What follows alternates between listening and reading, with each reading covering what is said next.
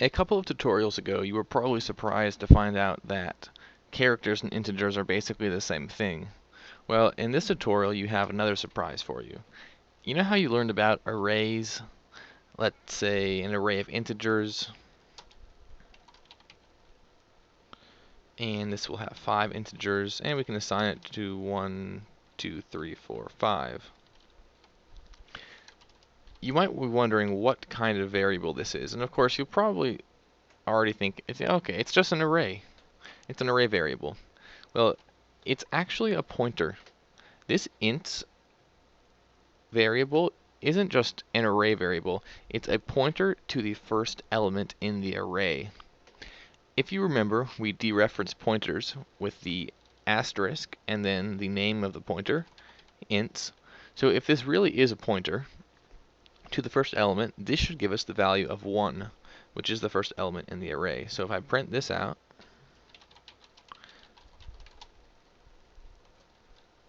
this should give us the value of 1.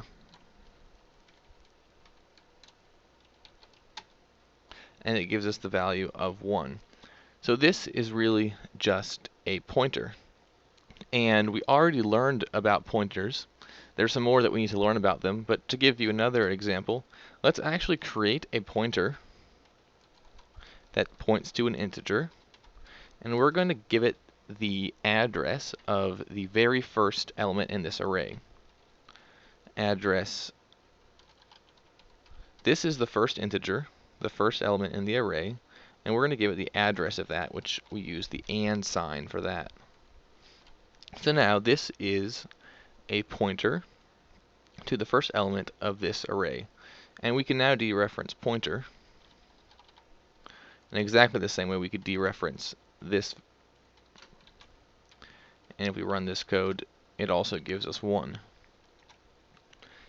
And just to show you that there really is no difference, no real difference between the arrays and pointers, instead of dereferencing it this way, we can use the regular array syntax on pointers. So let's get the third element, which should be 0, 1, 2, 3, should give us 4. And we do get 4. So we can see that basically arrays and pointers work the same way. There is, however, a difference between this array here, which is really a pointer, and this pointer here. Even though they both point to the same thing, this one is called a constant pointer, meaning that you cannot change what it points to. This pointer here is created the way normal pointers are created, and you could later say that this equals a different pointer or a different array. But this one cannot be changed. Also, I need to explain a little bit about how array elements are accessed. Each integer takes up 4 bytes of memory. So from the beginning of the array, this integer would start at position 0 and go through position 3. This one would start at 4 and go through position 7. This one would start at 8 and go through 11, etc. So when you see code such as ints and then 2, it's going to take the size of the data type that's being stored in memory. For example, this is integers, and so it's 4 bytes, and it's going to multiply it by the number here, so you get 8 bytes. And then it's going to find the element in memory at the 8th, that starts at the 8th byte position, which, as you know, 0, 1, 2. It's this one. This one goes from 8 to 11.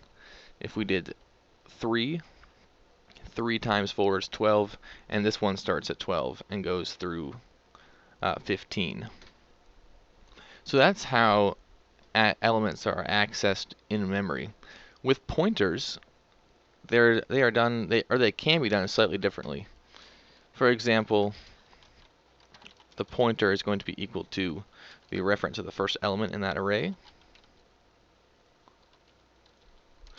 And instead of doing this, the standard way of accessing the elements in the array, there is another way. And that is with something called pointer arithmetic. In pointer arithmetic, you actually specify the number of elements that you want to start at, just like you would in the normal way of doing it with the array, but you do it with addition. And that is, you take the name of the pointer and you just do plus. Let's say we want the first element would be plus 0, the second one would be plus 1. Let's get the third one, which would be plus 2. Now, because this is a pointer, we have to dereference it. This simply moves the pointer to, instead of pointing to the first one, which is this one here, and excuse me, we're going to use this pointer, not this one, so this would be pointer plus 2. This one would take the pointer, and instead of pointing to this first value, it would move it to this next one and to the next one. It would move it up 2 positions. And then it would return a pointer to that spot. So we still have to dereference this. And because of the way that the precedence for the operators works, we need to put this in parentheses. And then we dereference it using the asterisk outside. And this should give us the value of this third element. So let's print this out.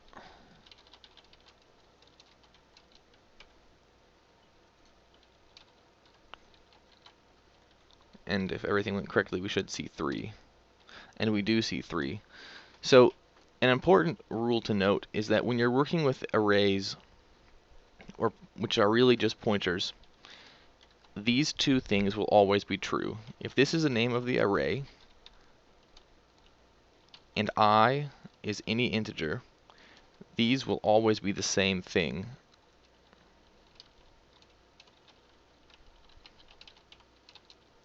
Because they're both telling it to do the same thing. They're both telling it to get the element that is I elements after the first one, or after where array is currently pointing to, which in our case would be the first element. So when you're working with pointers like this, it's common to see this syntax here. When you're working with this kind of array, it's more common to see this syntax. But they both do exactly the same thing. As you can see on this line here, all this line does is it takes the pointer and it moves it to and returns a new pointer 2 spots up. But it doesn't actually change what this is pointing to.